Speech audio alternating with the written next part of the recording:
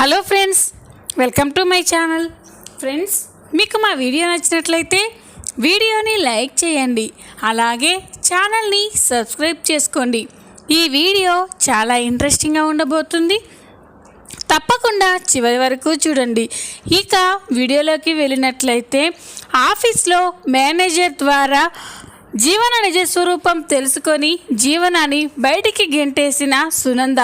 అసలు ఏం జరిగింది తెలుసుకోవాలి అంటే ఈ వీడియోని ఎక్కడ స్కిప్ చేయకుండా చూసేయండి. ఇక వీడియోలోకి వెళ్ళినట్లయితే, ఉదయాన్నే సునంద, శశికాంత్, చైతన్య, జీవన, ఆదిత్య, ఆనంది అందరూ కూడా ఆఫీస్కి వెళ్ళడానికి రెడీ అవుతూ ఉంటారు. అప్పుడే ఇక సునంద, మనం త్వరగా వెళ్ళాలి పదండి, ఈరోజు టెండర్ వేయాలి కదా, అక్కడ అందరూ వచ్చేసి ఉంటారు, ఆ టెండర్ మనకి వస్తే మాత్రం ఇక మన కంపెనీ నెంబర్ 1లో ఉంటుంది అని సునంద అంటుంది. అప్పుడే శశికాంత్, ఖచ్చితంగా ఆ టెండర్ మనకే వస్తుందా సునంద, ఎందుకంటే మన లీగల్ అడ్వైజర్ ఆనంది ఎంత తెలివి కలదో తెలుసు కదా, తను అటెంప్ట్ చేసిన టెండర్ ఏది కూడా మిస్ కాలేదు, ఈసారి కూడా టెండర్ మనకే వస్తుంది, నువ్వు చూస్తూ ఉండు అని ఆనందిని పొగుడుతూ ఉంటే, అప్పుడు ఇక జీవనకి చాలా కోపం వస్తూ ఉంటుంది. వస్తుంది కానీ నా లెక్క వేరేగా ఉంది, ఆ టెండర్ మనకి వచ్చినా కూడా ఆ క్రెడిట్ ఆనందికి దక్కకుండా చేస్తాను అని జీవన అనుకుంటూ ఉంటుంది. ఇక ఆనంది కూడా, ఏంటి మావయ్య అట్లంటూరేంది, ఇది నా బాధ్యత, మన కంపెనీ లీగల్ అడ్వైజర్గా, ఈ ఇంటి కోడలిగా మన కంపెనీని నెంబర్ 1లో ఉంచే బాధ్యత నాదే కదా అని ఆనంది అంటూ ఉంటే అందరూ కూడా చాలా సంతోషపడుతూ ఉంటారు. ఇక శశికాంత్, సునంద ఇద్దరు కూడా టెండర్ కాడికి వెళ్తారు. సాయంత్రం కాగానే అందరూ ఇంటికి వస్తారు. కానీ సునంద, శశికాంత్లు మాత్రం టెండర్ దగ్గర నుండి ఇంకా రాకపోవడంతో ఆనంది చాలా టెన్షన్గా ఎదురు చూస్తూ ఉంటుంది. ఏంటి అత్తయ్య గారు, మామయ్య గారు ఫోన్ చేస్తే లిఫ్ట్ చేయడం లేదు, అక్కడ టెండర్ ఎవరికి వచ్చి ఉంటుంది, మాకే వచ్చి ఉంటుందా లేక ఎవరికైనా వచ్చి ఉంటుందా అని ఆనంది టెన్షన్ పడుతూ ఉంటే, ఇక జీవన, ఏంటి ఆనంది టెన్షన్ పడుతున్నావా, అక్కడ టెండర్ మనకే వచ్చింది కానీ లెక్కలు మాత్రం పూర్తిగా మార్చేశాను, ఇప్పుడు అత్తయ్య గారు ఇంటికి వచ్చాక టెండర్ వచ్చినందుకు సంతోషపడకుండా నిన్ను చెడామడా తిడుతుంది చూడు అని ఇక జీవన నవ్వుకుంటూ ఉంటుంది. అప్పుడే ఆదిత్య అక్కడికి వచ్చి, ఏంటి ఆనంది ఏ విషయం గురించి అంతలా టెన్షన్ పడుతున్నావు అని అంటే, అదే ఆదిత్య గారు, ఇంకా అత్తయ్య గారు, మామయ్య గారు ఇంటికి రాలేరు, ఈరోజు టెండర్ కోట్ చేయడానికి వెళ్ళారు కదా, అక్కడ ఏం జరుగుంటుందా, ఆ టెండర్ ఎవరికి వచ్చి ఉంటుందా అని టెన్షన్గా ఉంది ఆదిత్య గారు అని ఆనంది అంటుంది. అప్పుడు ఆదిత్య, దేనికి ఆనంది అంతలా టెన్షన్ పడుతున్నావు, ఆ టెండర్ ఖచ్చితంగా మనకే వస్తుంది, ఇప్పుడు అమ్మ నాన్న వచ్చి నీతో అదే చెప్తారు చూడు అని ఆదిత్య కూడా అంటూ ఉండగానే ఇంతలోనే సునంద, శశికాంత్లు ఇంటికి వస్తారు. వాళ్ళు రావడం చూసి ఆనంది, ఆదిత్య ఇద్దరూ కూడా చాలా సంతోషపడిపోతూ ఉంటారు. ఇక ఆనంది వాళ్ళ దగ్గరికి వెళ్ళి, అత్తయ్య గారు, మామయ్య గారు టెండర్ మనకే వచ్చింది కదా అని చెప్పి అంటూ ఉంటే, అప్పుడు సునంద, అవును టెండర్ మనకే వచ్చింది ఆనంది అని చెప్పగానే ఇక ఆనంది, ఆదిత్య, జీవనలు చాలా సంతోషపడుతూ ఉంటారు. ఇక అప్పుడే టెండర్ మనకి వచ్చింది కానీ మనం అనుకున్నంత లాభం ఆ టెండర్లో లేదు అని చెప్పగానే ఇక ఆనంది, ఆదిత్యాలు ఆశ్చర్యపోయి చూస్తూ ఉంటారు. అప్పుడే జీవన, ఏంటి అత్తయ్య గారు ఏమంటారు మీరు, టెండర్ మనకు వచ్చినప్పుడు సంతోషమే కదా, లాభం రాకుండా ఎలా ఉంటుంది అని అంటే, అప్పుడు సునంద, మనకి చాలా లాభం వచ్చి ఉండేది కానీ ఆనంది నేను చెప్పినట్టు కాకుండా తనకి నచ్చినట్టుగా చేసింది కాబట్టి కంపెనీ కాస్త లాభాన్ని కోల్పోవలసి వచ్చింది అని సునంద అనగానే ఇక ఆనంది షాక్ అయిపోతుంది.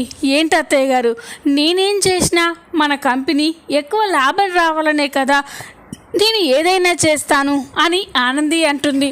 అప్పుడు సునంద, లేదా ఆనంది, నేను 18,000కి నిన్ను కోట్ చేయమని చెప్పాను, కానీ నువ్వు మాత్రం 10,000కే కోట్ చేసావు అని చెప్పగానే ఇక ఆనంది ఒక్కసారిగా షాక్ అయిపోతుంది. ఇక జీవన మాత్రం నవ్వుకుంటూ ఉంటుంది. ఏంటత్తయ్య గారు, ఏమంటుండ్రు మీరు? మీరు చెప్పినట్టుగానే 18,000కే కోట్ చేశాను కదా, మరి 10,000కి కోట్ చేయడం ఏంటి అని అంటుంది. అప్పుడు ఇక సునంద, అవునానంది, ఈరోజు నీ వల్ల మన కంపెనీ చాలా నష్టపోయింది. నువ్వు చాలా తెలివి కలదానివని, నిన్ను నమ్ముకుంటే కంపెనీకి ఏ ప్రాబ్లం ఉండదు అని అనుకున్నాం. కానీ ఈరోజు అర్థమైపోయింది నీ వల్ల కంపెనీకి ఎంత నష్టం వచ్చిందో అని సునంద అంటూ ఉంటే ఇక శశికాంత్, చూడు సునంద, ఎక్కడో ఏదో పొరపాటు జరిగి ఉంటుంది. ఆనంది చెప్తుంది కదా నేను 18,000కే కోట్ చేశాను అని, మరి అక్కడ అలా మిస్టేక్ ఎలా జరిగిందో అర్థం కావట్లేదు అని అంటూ ఉంటే అప్పుడు సునంద, ఏముందండి, తప్పు చేసింది, ఇప్పుడు తప్పు ఒప్పుకోలేక ఇలా చెప్తుంది అని సునంద అంటుంది. ఇక జీవన కూడా, ఏంటి కుట్టి ఇలా చేసావేంటి? అత్తయ్య గారి మాట మనకి వేదవాక్కని నీకు కూడా తెలుసు కదా, అలాంటి అత్తయ్య గారి మాట కాదని నీ ఇష్టం వచ్చినట్టుగా టెండర్ని ఎలా కోట్ చేస్తావు? అలా చేస్తే అత్తయ్య గారికి గౌరవం ఏమింటుంది అని జీవన కూడా అంటూ ఉంటే ఇక ఆనంది బాధపడుతూ ఉంటుంది.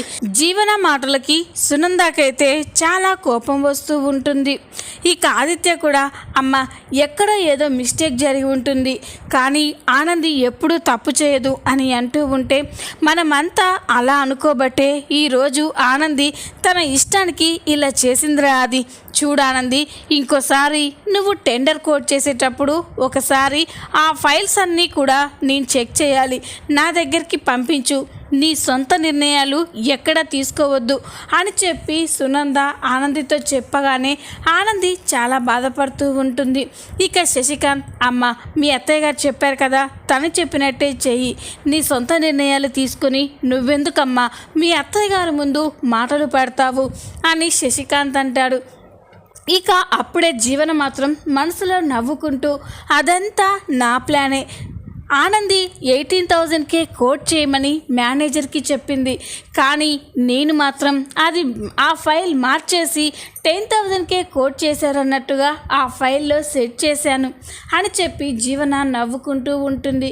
ఇక ఆదిత్య కూడా, ఏంటానంది, నువ్వు ఎప్పుడూ కూడా తొందరపడి ఏ నిర్ణయం తీసుకోవు, అలాంటిది కంపెనీ విషయంలో, ఇంత పెద్ద టెండర్ విషయంలో నువ్వు ఇలా ఎలా చేశావు అని అంటే అప్పుడు ఆనంది, లేదు ఆదిత్య గారు, నేను అత్తయ్య గారి మాటకి ఎప్పుడూ నేను అడ్డు చెప్పలేదు, అత్తయ్య గారు 18,000కి కోట్ చేయమన్నారని నేను కూడా 18,000కే కోట్ చేశాను, కానీ అక్కడ టెండర్ 10,000కి ఎలా కోట్ చేయబడిందో నాకు అర్థం కావట్లేదు అని ఆనంది అనుకుంటూ బాధపడుతూ అక్కడి నుంచి వెళ్ళిపోతుంది. ఇక రాత్రి నిద్రపోకుండా ఆ విషయం గురించే ఆలోచిస్తూ ఉంటుంది. అసలు ఏం జరిగింది? అత్తయ్య గారు చెప్పినట్టే నేను 18,000కి కోట్ చేశానని ఆ ఫైల్ కూడా రెడీ చేసి మేనేజర్ గారికి ఇచ్చాను, కానీ మరి 10,000కి కోట్ చేసినట్లుగా ఫైల్లో ఎలా ఉంది, ఏం చేయాలి, ఎలా తెలుసుకోవాలి అని చెప్పి ఆనంది అనుకుంటూ ఉంటే ఇంతలోనే జీవన గుర్తొస్తుంది. అవును, ఆయన ఈ మధ్య జీవన ఆఫీస్కి వస్తుంది కదా, ఇదేమైనా జీవన పని అయి ఉంటుందా? అత్తయ్య గారి ముందు నా మాట పోగొట్టడానికి, అత్తయ్య గారు నన్ను తిట్టడానికి జీవనే ఇదంతా చేసి ఉంటుందా? ముందు ఈ విషయం మేనేజర్ గారిని అడిగి తెలుసుకోవాలి, 4 దులిపితే ఆయనే చెప్తాడు అని ఆనంది అనుకుంటూ ఉంటుంది.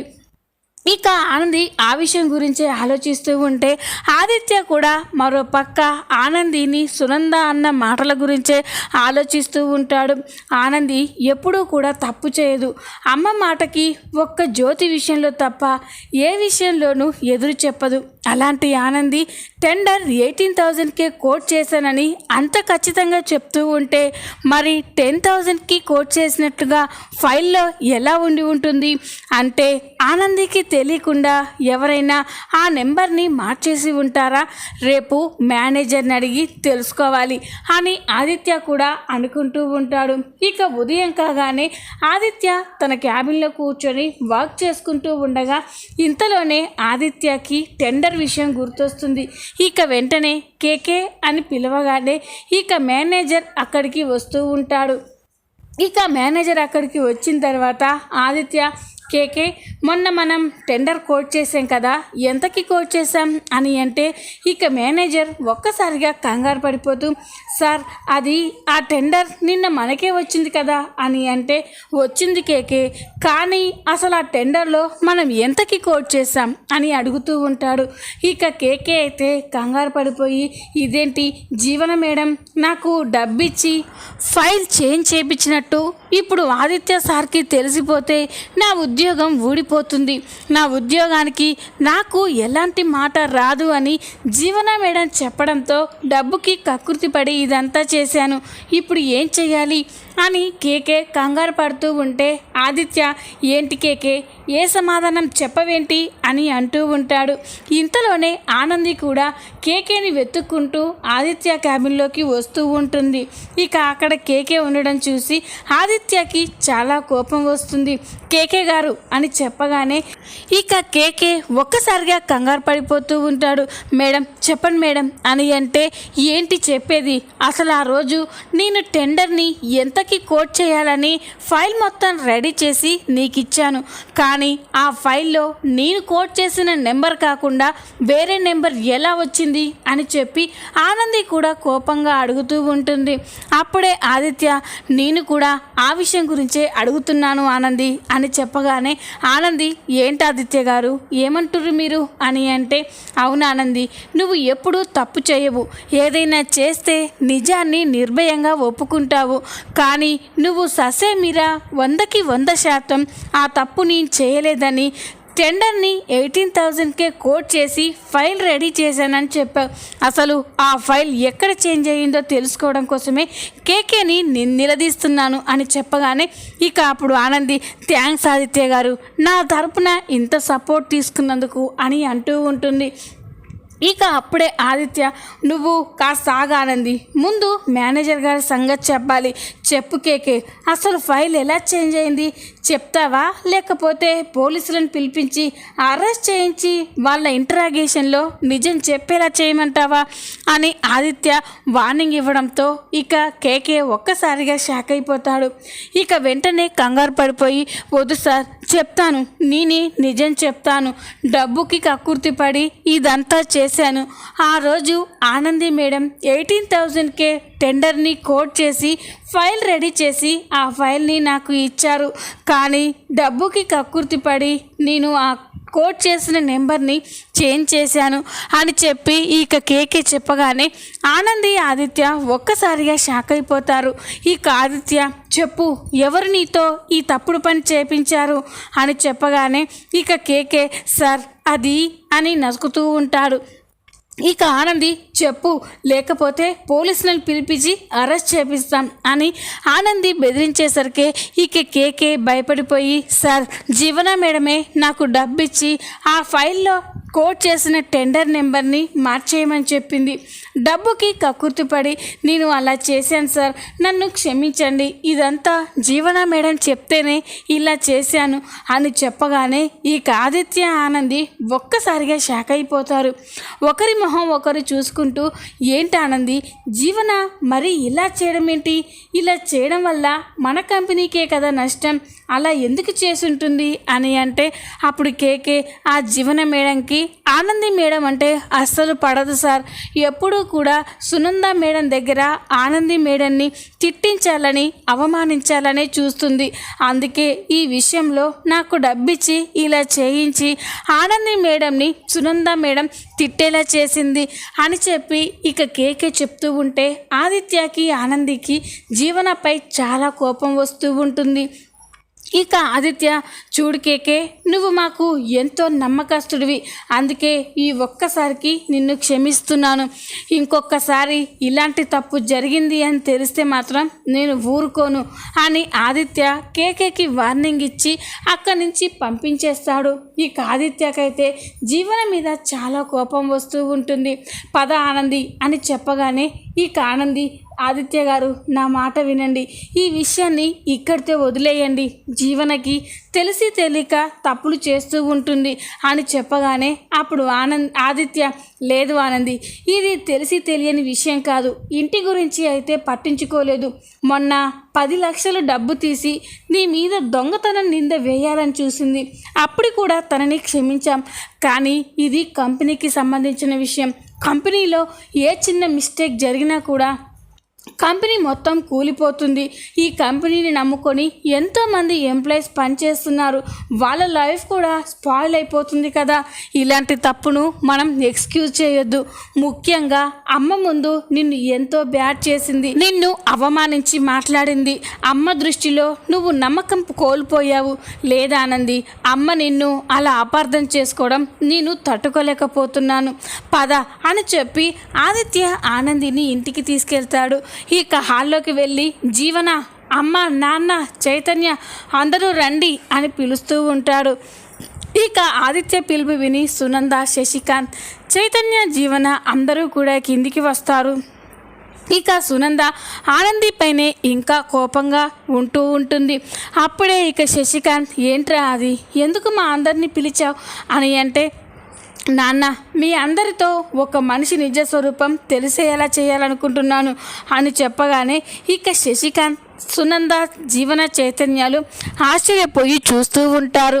అప్పుడే సునంద, ఏంట్రా నువ్వు ఎవరి గురించి మాట్లాడుతున్నావు అని అంటే, అమ్మ, నిన్న టెండర్ విషయంలో ఆనంది తప్పు చేసింది అని నువ్వు తనని ఎన్నో మాటలు అన్నావు. ఆనంది ఏ తప్పు చేయదని నీకు తెలిసినా కూడా కళ్ళకి కనిపించిన విషయాన్ని నమ్మి ఆనంది తప్పు చేసింది అని తనని బాధ పెట్టావు. కానీ ఈరోజు ఆ తప్పు ఎవరు చేశారో తెలిసిందమ్మా. నిజానికి ఆనందికి ఏ పాపం తెలీదు. ఆనంది నీ మాట ప్రకారమే 18,000కే టెండర్ని కోట్ చేసింది. కానీ కొంతమంది స్వార్థంతో, అసూయతో ఆ కోట్ చేసిన నెంబర్ని మార్చేసి ఆ 10,000గా కోట్ చేస్తున్నట్లుగా ఫైల్ని రెడీ చేశారు అని చెప్పగానే సునంద, శశికాంత్లు ఒక్కసారిగా షాక్ అయిపోతారు. ఇక జీవనకైతే ఒక్కసారిగా కంగారు పడిపోతూ ఉంటుంది. ఇదేంటి, నా గురించి తెలిసిపోయిందా ఏంటి అని కంగారు పడుతూ ఉంటే అప్పుడే చైతన్య, ఏంటన్నయ్య ఏమంటున్నావు నువ్వు, కావాలనే వదిలిని బ్యాట్ చేయాలని ఇలా చేశారా, చెప్పన్నయ్య ఎవరు వాళ్ళు, ఆ వాళ్ళని అంతు చూస్తాను అని చెప్పి ఇక చైతన్య కోపంతో రగిలిపోతూ ఉంటాడు. అప్పుడే శశికాంత్, రే చైతన్య, నువ్వు ఆగరా, నువ్వు చెప్పరా, అసలు ఎవర్రా ఇదంతా చేసింది, మన కంపెనీలోనే ఇంత నమ్మక ద్రోహం చేసేవాళ్ళు ఉన్నారు అంటే నేను నమ్మలేకపోతున్నాను అని చెప్పి శశికాంత్ అడుగుతూ ఉంటే ఇక జీవన కంగారు పడుతూ ఉంటుంది. అప్పుడే ఆనంది, ఆదిత్య గారు ప్లీజ్ అని అంటూ ఉంటే, ఆనంది నువ్వు ఆగు, ఈ నిజాన్ని ఇప్పుడు చెప్పాలి అని ఆదిత్య, అమ్మ, ఆ రోజు ఆ ఫైల్ని చేంజ్ చేసింది ఎవరో కాదు, జీవన అని చెప్పగానే సునంద, శశికాంత్, చైతన్యాలు ఒక్కసారిగా షాక్ అయిపోతారు. ఇక సునంద, ఏంట్రా ఏమంటున్నావు నువ్వు, జీవన ఫైల్ చేంజ్ చేయడం ఏంటి అని అంటే, అవునమ్మా, మన మేనేజర్కి డబ్బుతో కొనేసి ఆనంది రెడీ చేసిన ఫైల్ని తీసేసి 10,000కి కోట్ చేస్తున్నట్లుగా ఫైల్ని రెడీ చేశారు. పాపం దానివల్ల ఆనందిని నువ్వు ఎంతగానో అపార్థం చేసుకొని బాధ పెట్టావు. అసలు తప్పు చేసింది జీవన అని చెప్పగానే ఇక సునంద, శశికాంత్లకి జీవనపై చాలా కోపం వస్తూ ఉంటుంది.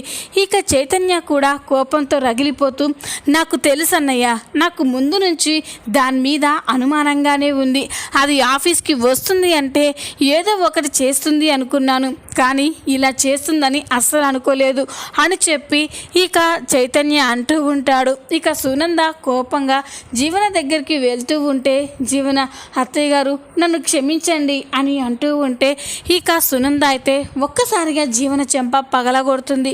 అది చూసి జీవన ఒక్కసారిగా షాక్ అయిపోతుంది. ఇక సునంద, ఇంత నమ్మక ద్రోహం చేస్తావా, ఇంటి దొంగని ఈశ్వరుడు కూడా పట్టలేడు అంటారు. కానీ నువ్వు ఈ ఇంటి మనిషివై ఉండి ఆ కంపెనీ మనందరిది, అది తెలుసుకోకుండా కంపెనీకి నష్టం వచ్చేలా చేస్తావా? నువ్వు ఇంకొక క్షణం కూడా ఈ ఇంట్లో ఉండడానికి వీల్లేదు అనే జీవనాన్ని మెడ పట్టుకొని బయటకు గెంటేస్తూ ఉంటుంది. చూసారు కదా ఫ్రెండ్స్, మరి నెక్స్ట్ ఏం జరగబోతుందో రాబోయే ఎపిసోడ్లో చూద్దాం. ఈ వీడియో కనుక మీకు నచ్చినట్లయితే లైక్ చేయండి, సబ్స్క్రైబ్ చేసుకోండి. Thanks for watching.